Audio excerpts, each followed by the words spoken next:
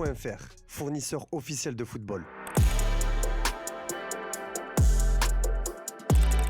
Salut tout le monde et bienvenue dans ce nouveau JT Foot Mercato. On commence au PSG qui affronte demain l'AS Monaco en barrage retour de la Ligue des Champions. Après leur succès 3-2 à Louis II à l'aller, les Parisiens devront tenir leur rang pour voir les huitièmes de finale de la compétition et aller défier le Barça ou Chelsea. Mais pour cette rencontre, les Parisiens devront faire sans Ousmane Dembélé. Sorti dès la première période au match aller, Ousmane Dembélé n'a toujours pas repris l'entraînement collectif. Il s'entraîne ainsi individuellement en compagnie de Seny Mayoulou qui sera également absent. Fabien Ruiz et Quentin Djantou sont également indisponibles comme c'est le cas depuis plusieurs semaines. Et avant cette rencontre, le double buteur au match aller Désiré Doué était face à la presse en début d'après-midi. Il a notamment été questionné sur la sortie d'Ousmane Dembélé après la défaite face à Rennes, je vous laisse écouter. À mon sens, les leaders ont le droit de prendre la parole et doivent le faire à certains moments. Et c'est normal qu'il y ait de la frustration après une défaite parce que voilà, on est une équipe et un club qui a énormément d'ambition. Après voilà, entre nous, on se dit les choses toujours très clairement et aujourd'hui on est très content de tous avancer ensemble et on est très concentré pour le match de demain.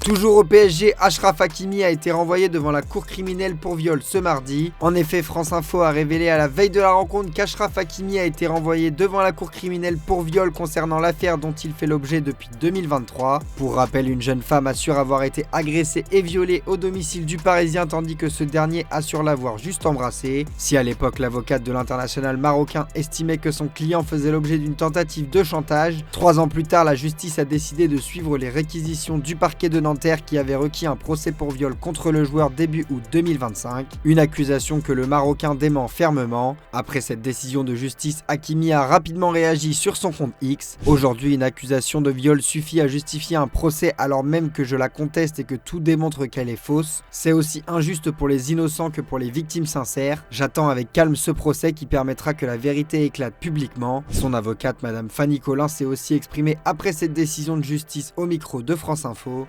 C'est déterminé et combatif que nous attendons ce procès pour que justice soit rendue. Un procès est ordonné en présence d'une accusation qui repose sur la seule parole d'une femme qui a fait obstacle à toutes les investigations, qui a refusé tous les examens médicaux et recherches ADN, qui a refusé l'exploitation de son téléphone portable, qui a refusé de donner le nom d'un témoin clé, une femme dont 2 expertises psychologiques successives ont révélé le manque de lucidité sur les faits qu'elle prétend dénoncer, et encore l'absence de tout symptôme post-traumatique. Le tout alors qu'elle a tenté de dissimuler à l'autorité judiciaire plusieurs messages échangés avec l'une de ses amies projetant de dépouiller Monsieur Hakimi. On file à Lyon à présent où Paolo Fonseca a raconté une histoire folle. L'ancien entraîneur du Shakhtar Donetsk a révélé avoir passé la nuit dans un bunker au début de la guerre en Ukraine aux côtés de Roberto De Zerbi. L'histoire remonte à 2022 lorsque le Portugais, alors entraîneur de la Roma, se rend en Ukraine avec sa femme ukrainienne afin de récupérer sa famille au début de la guerre. Bloqué par la circulation pour quitter le pays, il se retrouve alors aux côtés de l'ancien entraîneur de l'OM comme il l'a évoqué à l'équipe. Le président du Shakhtar possède un hôtel avec un bunker au premier sous-sol. Nous sommes allés à l'hôtel, nous y avons passé une nuit avec Roberto De Zerbi qui était alors l'entraîneur du club. Il était là avec son équipe technique et la plupart des joueurs brésiliens du club. Nous étions peut-être 60 effrayés parce que nous regardions à la télévision les soldats russes qui essayaient d'entrer dans Kiev.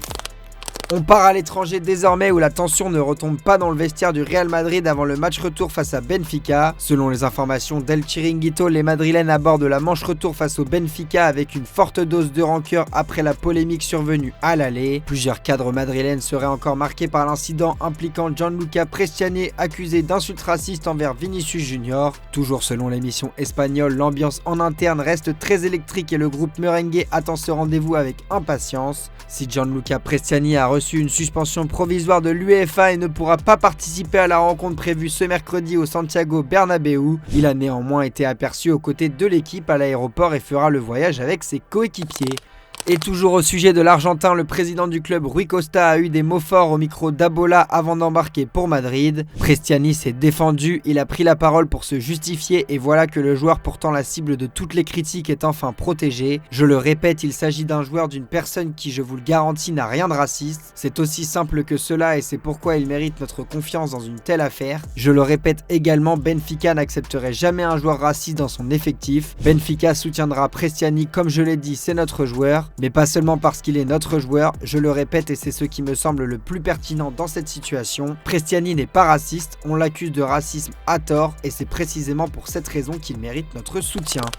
Du côté du Real, en revanche, le soutien est pour Vinicius dans cette affaire. Et à la veille du choc, des banderoles de soutien à Vinicius Junior ont été déployées ce matin au centre d'entraînement du Real Madrid à Valdebebas. Plusieurs messages en faveur de l'ailier brésilien ont été affichés par les supporters à proximité des installations madrilènes.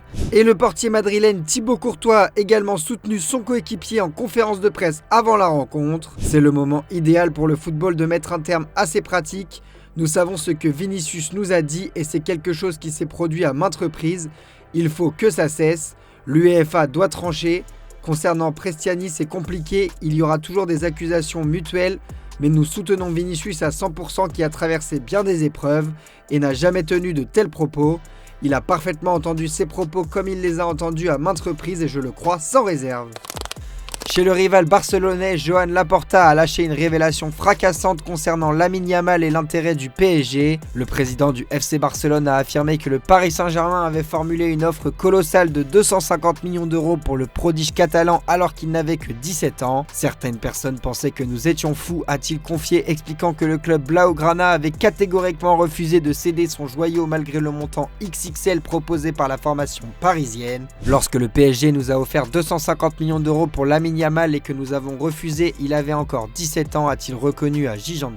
Le PSG voyait en Lamine Yamal le successeur idéal de Kylian Mbappé parti au Real Madrid à l'été 2024. Mais du côté du Barça, la position a toujours été claire, pas question de vendre l'un de ses grands espoirs issus de la Masia.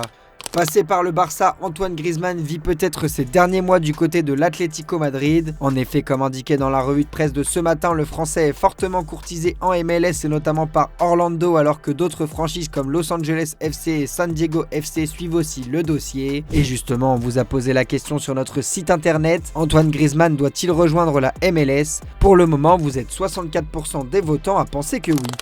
On passe aux officiels du jour désormais et l'on connaît l'arbitre de l'Olympico prévu dimanche soir. Jérôme Brizard sera au sifflet d'une rencontre capitale pour les deux formations dans la course à l'Europe. C'est une page qui se tourne pour Romain Saïs. À 35 ans, l'ancien international marocain, notamment cadre de l'épopée marocaine lors de la Coupe du Monde 2022, a officialisé sa retraite sur son compte Instagram dans un long message. Comme d'habitude, on se quitte avec l'image du jour. Lors d'un match amateur à Istanbul, le gardien a malencontreusement dégagé sur un goéland en plein vol. Mais rassurez-vous, un défenseur a pu se précipiter et réanimer l'animal qui s'en est sorti. Je vous laisse sur ces images, c'est la fin de ce JT les amis. Merci à vous pour votre fidélité et on se retrouve demain matin pour la revue de presse. Ciao.